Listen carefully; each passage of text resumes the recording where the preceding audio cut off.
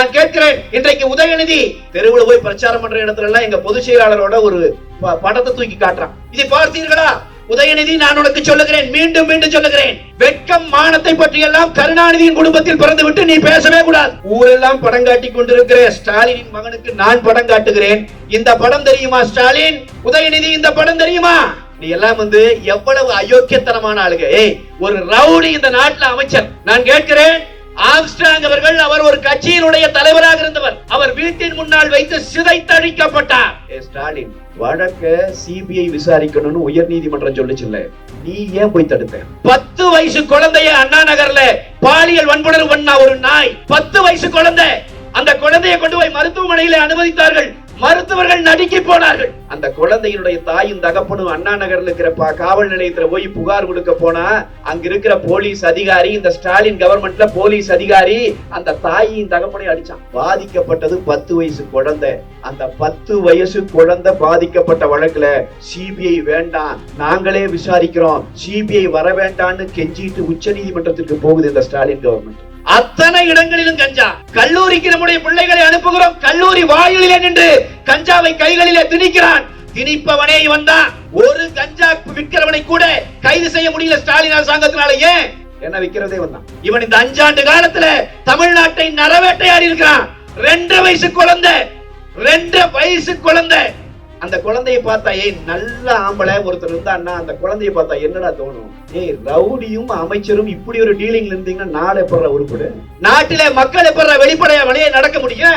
நீங்க தான் இன்னைக்கு நாங்க சட்டம் ஒழுங்கை பாதுகாத்தோம், நாங்க பெண்களுக்கு பாதுகாப்பு. நான் சொல்லண்டா, சட்டம் ஒழுங்கை கெடுத்ததே திமுக காரன் தாண்டா, கெடுத்ததே திமுக அமைச்சர்கள் தாண்டா. சேகர் பாபு போன்றவர்கள், இந்த மா சுப்பிரமணியம் போன்றவர்கள் எல்லாம் நரவேட்டையாடிட்டு இருக்கிறான். தெருவுல நின்னு அழுத புள்ள, யூனிஃபார்ம் போட்டு தெருவுல நின்னு அழுத புள்ள எப்பறா வழக்க வாபஸ் வாங்கும்? நீங்க அடிச்ச கொள்ளைக்கும், நீங்க அடிச்சு வச்சிருக்கிற லூட்டிக்கும், நீங்க பண்ணி வச்சிருக்கிற இந்த நர வேட்டைக்கும் தமிழ்நாடு மீண்டும் உங்கள் கையில் கிடைக்கும் நீங்க நினைக்கிறதே பெரியதப்படா. கொலைகாரன் பெயரை சொல்லுவதிலே என்ன நமக்கு பெரிய வருத்தம் இருந்து விட போகிறது? ஸ்டாலின் அவர்களே, இந்த பகுதியிலே இருந்து தமிழ்நாடு முழுவதையும் அபகரித்து அழித்துக் கொண்டிருக்கிற சேகர் பாபு அவர்களே, பெருந்தொகை பெற்ற காரணத்திலேயே தலைவனாக நடந்து கொண்டிருக்கிற செல்வ பெருந்தகை அவர்களே, எழுதி வைத்துக் கொள்ளுங்கள். மே 4ஆம் தேதி வரவிருக்கிற தீர்ப்பில் உங்களில் ஒருவன் கூட சட்டமன்றத்தின் வாசலை மிதிக்க போவதில்லை. தப்பி தவறி எவனாவது ஒருவன் உள்ளே வந்து அமர்ந்து விட்டால் இந்த இடத்திலே நின்று நான் சத்தியம் செய்து சொல்லிவிட்டு போகிறேன். யார் உள்ளே உட்காருகிறீர்களோ அவர்களுக்கு நேர் எதிராக கால் மேல் கால் போட்டு ஆம்ஸ்ட்ராங் அவர்களினுடைய ஒற்றை குரலாக பொற்கொடி ஆம்ஸ்ட்ராங் அவர்கள் அமருவார். இரட்டை இலை அமர வைக்கும் அண்ணன் எடப்பாடியார் அமர வைப்பார். இது சத்தியம்டா. இது சவால் விட்டுட்டு போறேன் நான். நீ எல்லாம் எவ்வளவு அயோக்கியத்தனமான ஆளுங்க. ஒரு ரவுடி இந்த நாட்டில் அமைச்சர். நான் கேட்கிறேன், ஆம்ஸ்ட்ராங் அவர்கள், அவர் ஒரு கட்சியினுடைய தலைவராக இருந்தவர், ஒரு தேசிய கட்சியினுடைய மாநில தலைவர். அவர் வீட்டின் முன்னால் வைத்து சிதைத்தழிக்கப்பட்டார். ஸ்டாலின், வழக்க சிபிஐ விசாரிக்கணும்னு உயர் நீதிமன்றம் சொல்லுச்சுல்ல, நீ ஏன் போய் தடுத்த? இதை நான் இங்க இருக்கிற மக்கள்கிட்ட மட்டும் வைக்கல, இந்த பேச்சை கேட்கிறாங்க தமிழ்நாடு முழுவதும் செய்கிற பிரச்சாரத்திலே கேட்கிறேன். ஏன் இந்த அரசாங்கம் தடுத்துச்சு? ஏன் தடுத்தான் தெரியுங்களா?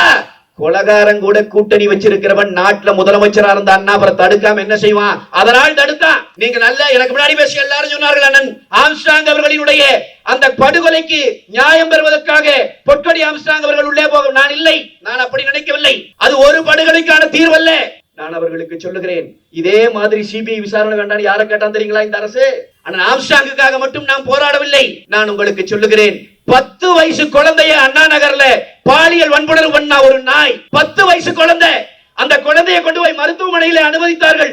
மருத்துவர்கள் நடுங்கி போனார்கள். என்னையா இப்படியா இருக்கு? ஒரு 10 வயசு குழந்தை எவன்டா இப்படி பண்ணுது? தயவு செய்து போய் போலீஸ் ஸ்டேஷன்ல கம்ப்ளைண்ட் கொடுங்கன்னு டாக்டருக்கு சொல்லி அந்த குழந்தையினுடைய தாயும் தகப்பனும் அண்ணா நகர்ல இருக்கிற காவல் நிலையத்துல போய் புகார் கொடுக்க போனா, அங்க இருக்கிற போலீஸ் அதிகாரி, இந்த ஸ்டாலின் கவர்மெண்ட்ல போலீஸ் அதிகாரி அந்த தாயின் தகப்பனை அடிச்சான். கம்ப்ளைண்ட் கொடுக்க போனவங்களை அடிச்சு வெளியேறலனா இதை கேள்விப்பட்ட பிறகு உயர் நீதிமன்றம், இந்த போலீஸ் அதிகாரிகள் விசாரித்தால் இவர் உண்மை வெளிவராது, நீதி கிடைக்காதுன்னு சொல்லி 10 வயசு குழந்தைய சீரழிச்ச அந்த வழக்குல சிபிஐ விசாரிக்க வேண்டும் என்று உத்தரவு போட்டது. உத்தரவு போட்டது யார்? உயர் நீதிமன்றம். பாதிக்கப்பட்டது 10 வயசு குழந்தை.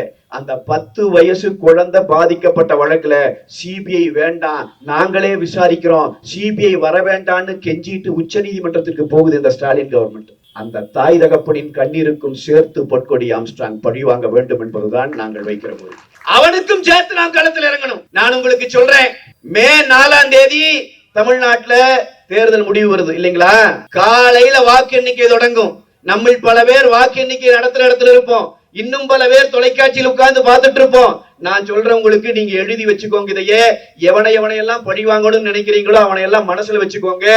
அன்றைய நாளில் தீர்ப்பு வருகிற போது பொற்கொடி ஆம்ஸ்ட்ராங் அவர்கள் 1000 வாக்கு முன்னிலை, 2000 வாக்கு முன்னிலை, 4000 முன்னிலை என்று 25,000 முன்னிலை, 50,000 முன்னிலை என்ற செய்தி வந்தால் அன்றைக்கு மாலையிலே வருகிற பத்திரிகை மாரடைப்பு செத்து போனவனின் பட்டியலோடு வெளியே வரும். யாரும் யாரையும் பழி வாங்க வேண்டியதில்லை. நான் சொல்லுகிறேன், பல பேரினுடைய கண்ணீரை சுமந்து கொண்டு அந்த தாய் உள்ளே நுழைய வேண்டும்.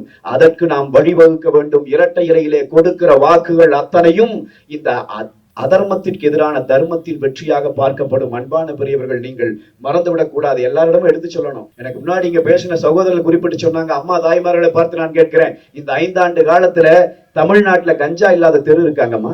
அத்தனை இடங்களிலும் கஞ்சா. கல்லூரிக்கு நம்முடைய பிள்ளைகளை அனுப்புகிறோம், கல்லூரி வாயிலே நின்று கஞ்சாவை கைகளிலே திணிக்கிறான். திணிப்பவனே இவன் தான். ஒரு கஞ்சா விற்கிறவனை கூட கைது செய்ய முடியல ஸ்டாலின் அரசாங்கத்தினால. ஏன்? என்ன விற்கிறதே வந்தான். காவல்துறை அதிகாரிகளுக்கு தெரியாதா? ஒண்ணு வேண்டாம், கள்ளச்சாராயம் காட்சி 120 பேர்த்த கொண்டு போட்டான். ஞாபகம் இருக்கா உங்களுக்கு? கள்ளக்குறிச்சியில 120 பேர்த்த கொண்டு போட்டான். கொன்னவன் பேர் என்னங்க? கண்ணுக்குட்டி. அவன் பேர் என்ன? 120 பேரை கொன்ற அந்த பன்னிக்குட்டிக்கு பெயர் கண்ணுக்குட்டி. அவன் யார் தெரியுமா? திமுக காரன். திமுகவுக்கு வேலை செஞ்சவன். இதே திமுகவினுடைய சட்டமன்ற உறுப்பினராக அங்க கள்ளக்குறிச்சியில் இருக்கிற வசந்தம் கார்த்திகேயனுக்கு கைகூலி பார்க்கிற நாய். அன்னைக்கு அந்த 120 பேர் செத்து விழுந்த அன்னைக்கு தாயையும் தகப்பனையும் இழந்துட்டு கண்ணீர் விட்டுச்சு பாருங்க அந்த குழந்தைங்க. அந்த கண்ணீருக்கு சேர்த்து பழி வாங்கணும். பொற்கொடி ஆம்ஸ்ட்ராங் உள்ள போனாங்கன்னா அதுக்கு வாக்களிக்கணும். உங்களுக்கு அதுக்கு வாக்களிக்கணும். இவன் இந்த 5 ஆண்டு காலத்துல தமிழ்நாட்டை நரவேட்டையாடி இருக்கிறான். 2.5 வயசு குழந்தை, 2.5 வயசு குழந்தை.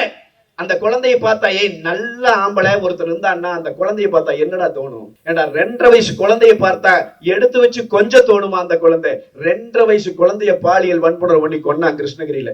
4 மாசம் அவனை பிடிக்க முடியல. 4 மாசம் கழிச்சு அந்த நாயை கைது பண்ணி பார்த்தா அவன் யார்? திமுகவோட பொறுப்பாளர். ஏண்டா 4 மாசம் பிடிக்க முடியலன்னு பார்த்தா அந்த 2.5 வயசு குழந்தைய பாலியல் வன்புணர்வு பண்ணி கொலை பண்ணி இருக்கிறான். அதனுடைய போஸ்ட்மார்ட்டம் ரிப்போர்ட்டை மாத்தி இருக்குது போலீஸ். அந்த தாயின் தகப்பனு யாருகிட்ட சொல்றதுன்னு தெரியாம கைய பிசைஞ்சிட்டு அழுதான் பார்.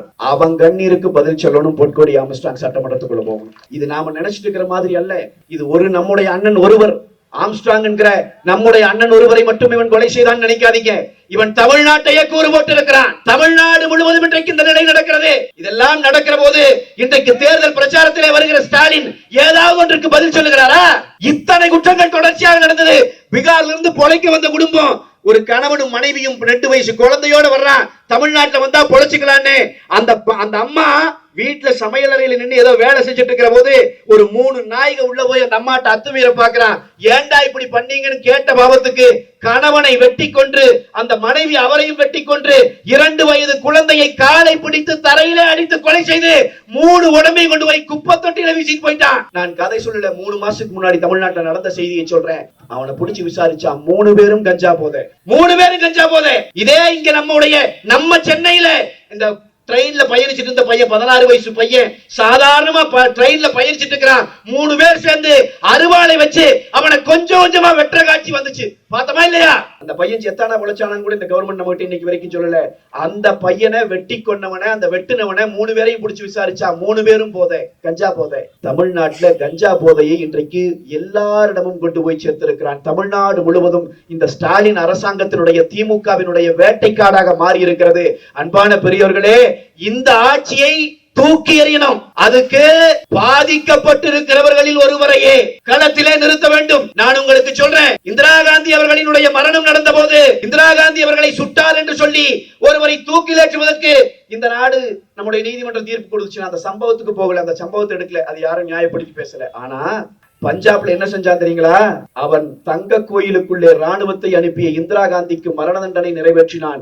அவன் செய்தது சரி என்று சொன்னால் இவளுக்கு வாக்களியுங்கள், இல்லை என்றால் இவளை தோக்கடியுங்கள் என்று சொல்லி அவன் மனைவியை கொண்டு போய் தேர்தலில் நிறுத்தினார்கள். நான் சொல்லுகிறேன் என் அன்பு சொந்தங்களே, 6 லட்சம் வாக்குகள் வித்தியாசத்திலே அந்த வீரத்தாய் வெற்றி பெற்று பாராளுமன்றத்திற்குள்ளே நுழைந்து 2000 சீக்கியர்களை கொன்று குவித்திருந்த ராஜீவ் காந்தியின் முன்னால் கால் மேல் கால் போட்டு அமர்ந்து காட்டினாள். அந்த வரலாறு சீக்கியர்களுக்கு உண்டு. தமிழர்களே, எழுந்திருங்கள், எழுங்கள். நமக்கு அப்படி ஒரு வரலாறு படைப்பதற்கான வாய்ப்பு கிடைத்திருக்கிறது. பொற்கொடி ஆம்ஸ்ட்ராங்கினுடைய வெற்றி என்பது ஒட்டுமொத்த தமிழர்களும் திருப்பி அடிப்பார்கள் என்று நாம் சொல்லுவதற்கான வெற்றி. அதை புரிஞ்சுட்டு நம்ம இங்க வேலை செய்யணும், இந்த களத்துல வேலை செய்யணும். விடமாட்டான், சாதாரணமா விடமாட்டான். நமக்கு ஓட்டு விழுகு, ரெட்டையிலுக்கே ஓட்டு விழுகு, அக்காவுக்கு ஓட்டு விழுகு, அண்ணன் எடப்பாடியார் அவர்களினுடைய அந்த ஆணைக்கு ஓட்டு விழுகு, அதெல்லாம் ஒரு பக்கம். ஆனா எனக்கு முன்னாடி அண்ணன் சொன்ன மாதிரி எல்லாவற்றையும் கொடுப்பான். எங்க ஊர்ல எல்லாம் உள்ளாட்சி தேர்தல்ல கோயம்புத்தூர்ல எல்லாம் இங்க என்ன கொடுத்தான்னு தெரியல, கோயம்புத்தூர்ல கொலுசு கொடுத்தான். கொலுசு கொடுத்து ஏமாத்தினான்.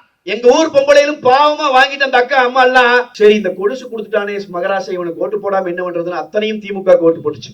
அந்த கொலுசோட தரம் என்ன தெரியுங்களா? அந்த கொலுசோட விலை, அதனுடைய ஒரு பெரிய டெக்னிக் இருக்குது அதுல. அந்த கொலுசு நீங்கள் வாக்களிக்க போகிற அந்த நாளில் போய் வாக்க போட்டுட்டு வெளியே வர்ற வரைக்கும், அந்த பொட்டியே வண்டியில ஏத்துற வரைக்கும் அந்த கொலுசு வெள்ளையாவே இருந்துச்சு. அது பயங்கர டெக்னிக் அது. அப்புறம் பார்த்தான் கருக்க தொடங்கியது. அடுத்த நாள் காலையில எழுந்து பார்த்தால் கொலுசு கருகரு என்று இருந்தது. நீங்கள் சொந்தக்காரன் யாராவது கோயம்புத்தூரில் இருந்தால் நீங்களே கேட்டு பாருங்கள், நான் பொய் சொல்லவில்லை. நகைக்கடையிலே வெளியே ஒரு பெட்டியை வைத்து வருகிறவன் எல்லாம் அந்த கொலுசை அதற்குள்ளே போடு என்று சொன்னான். 30 ரூபாய்க்கு கொடுத்தான். இந்த முறை அடித்திருக்கிற காசில் சேகர் பாபு போன்ற ரவுடிகள் இந்த மண்ணிலே கொலுசல்ல ஒட்டியானமே கொடுப்பான். அன்பு சொந்தங்கள், நான் சொல்லுகிறேன், எனக்கு முன்னால் அண்ணன் சொன்னதை போல நம்ம காசு தான் வாங்கிக்கோ, நீங்க வாங்காம விட்டுறாதீங்க. காசு நம்ம காசு தான், பூரா திருடி கொள்ளையடித்து சேர்த்து வைத்திருக்கிற காசு தான். அதை வாங்கிவிட்டு இந்த கொள்ளைக்காரர்களினுடைய வேட்டைக்காடாக மீண்டும் தமிழ்நாடு மாறிவிடக் கூடாது என்பதற்காக நீங்கள் உங்களுடைய வாக்குகளை எல்லாம் இரட்டை இலை சின்னத்திலே கொடு எல்லாரிடமும் எடுத்து சொல்லி நான் கேட்கிறேன். இங்க சேகர்பாபு என்கிற அமைச்சர் இருக்கிறாரே, இந்த அமைச்சர் ஒரு போன் கால்ல பேசின ஒரு வீடியோ, ஒரு ஆடியோ வெளியே வந்துச்சு. இந்த சவுக்கு சங்கர்னு சொல்லி ஒரு பத்திரிகையாளர், ஒரு ஊடகவியலாளர், அவரை வேட்டையாடினார் இந்த சேகர்பாபு. ஏன்? அவர் செய்த தவறு என்ன? இவன் செய்கிற தப்பெல்லாம் வெளியே சொன்னார், அதுதான் பிரச்சனை. இவன் என்னென்ன ஊழல் செய்கிறான் வெளியே சொன்னார், அதுதான் பிரச்சனை. எல்லாம் நடந்துச்சு. அவர் வீட்டுக்குள்ள செப்டிக் டேங்க்ல இருந்து தண்ணியை மோந்துட்டு போய் அவர் குடியிருக்கிற வீட்டுக்குள்ள ஊத்தி அடிச்சான். இவருடைய சிந்தனை எந்த அளவுக்கு இருக்குது பாத்தீங்களா? இவன் தான் நம்ம கிட்ட சமூக நீதி பேசுறான், இவன் தான் சமத்துவம் பேசுறான். அவர் வீட்டுக்குள்ள அடிச்சு விட்டான், அத்தனை செப்டிக் டேங்க்ல இருந்து தண்ணியை கொண்டு போய் அடிச்சு விட்டான் இந்த சேகர் பாபு. அதன் பிறகு ஒரு ஆடியோ வெளியே வந்துச்சு. அதுல ஒரு ரவுடி ஒருவர் பேசுகிறான், திமுகவை சேர்ந்தவன். அவன் பேரே சொல்லி பேசுறான், நான் தான் பேசுறேன் சேகரபாபு, நீ நேர்ல வா. இவன் சொல்றான் நேர்ல வர முடியாது. இவர் திருப்பி சொல்றான், இப்ப பாக்குறேன் உன்னை என்ன பண்றேன்னு. அவன் சொல்றான், நீ பண்ணு, ஆனா நீ பண்ணதெல்லாம் நான் வெளியே சொல்லிடுவேன். ஏய், ரவுடியும் அமைச்சரும் இப்படி ஒரு டீலிங்ல இருந்தீங்கன்னா நாடு எப்பற உருப்படு? நாட்டில மக்கள் எப்பற வெளிப்படையா வழியே நடக்க முடியும்? நான் கேட்கிறேன், இன்றைக்கு உதயநிதி தெருவுல போய் பிரச்சாரம் பண்ற இடத்துல எல்லாம் எங்க பொதுச் செயலாளரோட ஒரு படத்தை தூக்கி காட்டுறான். இதை பார்த்தீர்களா? உதயநிதி, நான் உனக்கு சொல்லுகிறேன், மீண்டும் மீண்டும் சொல்லுகிறேன், வெட்கம் மானத்தை பற்றி எல்லாம் கருணாநிதியின் குடும்பத்தில் பிறந்து விட்டு நீ பேசவே கூடாது. தேவையில்லாத வேலை செய்து கொண்டிருக்கிறாய். நான் உதயநிதியை பார்த்து கேட்கிறேன், ஸ்டாலின் அரசாங்கத்தை நடத்திய ஸ்டாலினையே பார்த்து கேட்கிறேன், இந்த அண்ணா பல்கலைக்கழகத்துக்குள்ள பல்கலைக்கழகத்தில் படிக்கிற மாணவியை உள்ள போய் ஒரு நாய் தொட்டான்ல, நான் இந்த மேடையில சொல்ல முடியாத அளவிற்கு, நானும் ஒரு தாய்க்கு பிறந்தவ, எனக்கும் கூட அக்கா பிறந்துச்சு, தங்கச்சி பிறந்துச்சு, எனக்கும் ஒரு புள்ள பிறந்தா. நான் இந்த என் வாயில் அதை சொல்லக்கூட முடியாத அந்த நாய் என்ன பண்ணான்ங்கிற வேலையை அவ்வளவு கொடூரமா அந்த கல்லூரிக்குள்ள நுழைஞ்சு பல்கலைக்கழகத்துக்குள்ள நுழைஞ்சு அந்த மாணவியை சித்திரவதை பண்ணான்ல.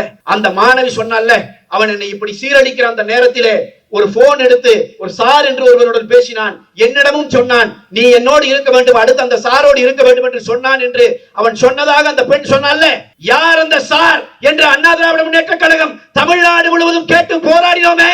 யாரா அந்த சார்? யாரா அந்த சார்? வந்திருக்கா?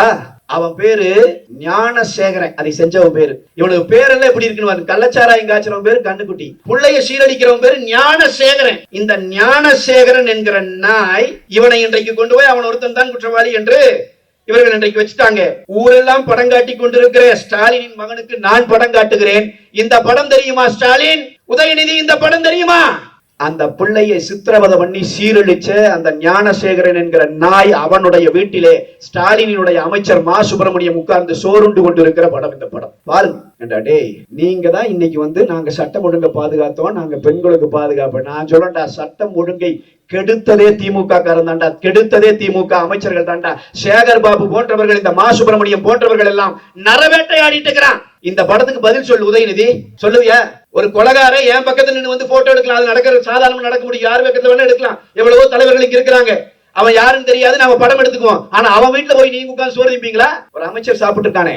அப்ப இது மாதிரி பல்கலைக்கழகங்களுக்குள்ள இருந்து இந்த பெண்களை எல்லாம் சூறையாடிய இந்த வேலை எத்தனை நாள் நடக்கிறது? எத்தனை ஆயிரம் குழந்தைகள் இதிலே பாதிக்கப்பட்டார்கள்? எத்தனை ஆயிரம் நாய்கள் இந்த வேலையை செய்தார்கள்? இந்த நாய்கள் எந்தெந்த திமுக காரனுக்கு எல்லாம் இந்த வேலையை பார்த்தான்? இன்றைக்கு நாம் பதிலை கேட்கிறோம். அவன் பதில் சொல்ல போவதில்லை. அவனை இந்த மண்ணிலே இருந்து அப்புறப்படுத்தினால் ஒழி இந்த மண்ணுக்கு விடுதலை கிடையாது. திமுக காரனை இந்த மண்ணை விட்டு ஒழிச்சால் ஒழிய நம்முடைய அடுத்த தலைமுறை பிள்ளைகள் இந்த மண்ணில் நிம்மதியா வாழ முடியாது. இந்த பிள்ளைக்கு நடந்தது நாளைக்கு நம்ம வீட்டுல இருக்கிற பிள்ளைக்கு நடக்காதா? எத்தனை நேரம் ஆயிரும்? இன்னைக்கே நம்ம பிள்ளைங்க நம்பிக்கையா ரோட்ல நடக்க முடியுதா? அம்மா தாய்மாருக்கு சொல்லுங்க. நேற்றைய தினம் ஒரு கருத்து கணிப்பு வெளியே வந்திருக்கு. கருத்து கணிப்பை பாண்டே, ரங்கராஜ் பாண்டே, சாணக்கியா நிறுவனம் ஒரு தினமலர் என்கிற பத்திரிகையும் சேர்ந்து எடுத்திருக்காங்க. அதுல அவங்க ஒரு கேள்வி கேட்டிருக்காங்க, தமிழ்நாட்டுல சட்டம் ஒழுங்கு நன்றாக இருக்கிறதா? மொத்தமா 10% பேர் தான் நல்லா இருக்குன்னு இருக்கிறான். அவன் பூரா திமுக பயனடைகிறவன். அப்ப சட்டம் ஒழுங்கு நிலைமை இவ்வளவு கேவலமா இருக்கு. நமக்கு பெண்களுக்கு பாதுகாப்பு இல்லைங்கிறது இல்லைங்கம்மா, பெண்களை பாதுகாக்கிற பெண் காவல்துறை அதிகாரிகளுக்கே பாதுகாப்பு இல்ல. அதைத்தான் எனக்கு முன்னாடி பேசின அண்ணங்க சொல்லி பேசினாங்க. கனிமொழி கலந்துகிட்ட கூட்டத்துல ஒரு எஸ்ஐ, 23 வயதான எஸ்ஐ, ஒரு பெண்மணி பாதுகாப்புக்கு நிக்கிறாங்க. அந்த பெண்ணுக்கு திமுகவை சேர்ந்த 2 குண்டர்கள் பாலியல் தொந்தரவு கொடுக்கிறான். 2 நாள் அவனை கைது செய்யல. அண்ணன் எடப்பாடியார் அறிக்கை விட்டார். அந்த குண்டர்களை கைது செய்து சிறையிலே போடவில்லை என்றால் தமிழ்நாடு ஸ்தம்பிக்கிற வகையிலே அண்ணா திராவிட முன்னேற்ற கழகம் களத்திலே இறங்கி போராடும் என்று அறிவித்தார். அதன் பிறகு 2 நாள் கழிச்சு கைது பண்ணா. இதுவரைக்கும் தான் நமக்கு தெரிந்த செய்தி. அதற்கு மேல அடுத்த செய்தியை நான் உங்களுக்கு சொல்லிவிட்டு போகிறேன். அந்த பெண்ணோட வழக்கு என்னாச்சு தெரியுமா? 6 மாசம் கழிச்சு அந்த பெண் எஸ்ஐ வழக்கை வாபஸ் வாங்கி விட்டார். தெருவுல நின்னு அழுத புள்ள, யூனிஃபார்ம் போட்டு தெருவுல நின்னு அழுத புள்ள எப்பறா வழக்க வாபஸ் வாங்கும்? எப்பறா வாங்கும்? ஏய், நீங்க அடிச்ச கொள்ளைக்கும், நீங்க அடிச்சு வச்சிருக்கிற லூட்டிக்கும், நீங்க பண்ணி வச்சிருக்கிற இந்த நர வேட்டைக்கும் தமிழ்நாடு மீண்டும் உங்கள் கையில் கிடைக்கும்னு நீங்க நினைக்கிறதே பெரியதப்படா. நான் சொல்றேன், திருவிக்கா நகர் நீங்க எழுதி வச்சுக்கோங்க. வெறி கொண்டு வேலை செய்யணும் காலத்துல. இங்க இருக்கிற அத்தனை பேருக்கு நான் சொல்றது, நாம் பொற்கொடி ஆம்ஸ்ட்ராங் அவர்களுக்காக வேலை செய்யல, அண்ணன் ஆம்ஸ்ட்ராங் அவர்களுக்காக வேலை செய்யல, நாம் இந்த மண்ணின் பிள்ளைகளுக்காக வேலை செய்கிறோம். இனியொரு ஆம்ஸ்ட்ராங் இந்த மண்ணிலே வீழ்த்தப்பட்டு விடக் கூடாது என்பதற்காக வேலை செய்கிறோம். நம் கரங்களிலே காலகாலமாக இந்த நாய்களால் போடப்பட்டிருக்கிற அடிமை விலங்குகளை தகர்த்தெறிய வேண்டும் என்பதற்காக வேலை செய்கிறோம். அதை புரிஞ்சுட்டு காலத்துல வேலை செய்யணும், உயிரை கொடுத்து வேலை செய்யணும். அம்மா தாய்மார்களை ஏமாந்து விட்டுறக்கூடாது. 1000 கோடி ரூபாய் ஒரு மாசத்துக்கு செலவு பண்றான். நான் ஊடகங்களை ஒருங்கிணைக்கிற பணியில தான் இருக்கிறேன், எனக்கு தெரியும். நான் சொல்றேன், ஊடகங்களை விலைக்கு வாங்க மட்டும் கடந்த ஓராண்டு காலமாக மாதம் 1000 கோடியை திமுக செலவு செய்யலாம். அதுக்கு எதிராக 1000 கோடி எதிர்த்து மோதருக்கு நம்ம கிட்ட என்ன தெரியுமா? நெஞ்சுறுதியும் சத்தியமும் மட்டும்தான். அதை இழந்துடக்கூடாது. நம்பிக்கையோட காலத்துல இறங்கணும். நீங்க எல்லாரும் எழுதி வச்சுட்டு போகணும். உங்க மனசாட்சிக்கு நீங்க சொல்லிட்டு போகணும். நான் 25 ஓட்டு, ஒரு ஆளும் நான் போய் 25 ஓட்டு வாங்குவேன், ஆம்ஸ்ட்ராங் பொற்கொடி ஆம்ஸ்ட்ராங் அவர்களை வெல்ல வைப்பேன்னு உங்க மனசுல நீங்க சொல்லிட்டு கலையணும். ஏன்னா அடுத்த தலைமுறை நம்ம பிள்ளைங்க நல்லா இருக்கணும்.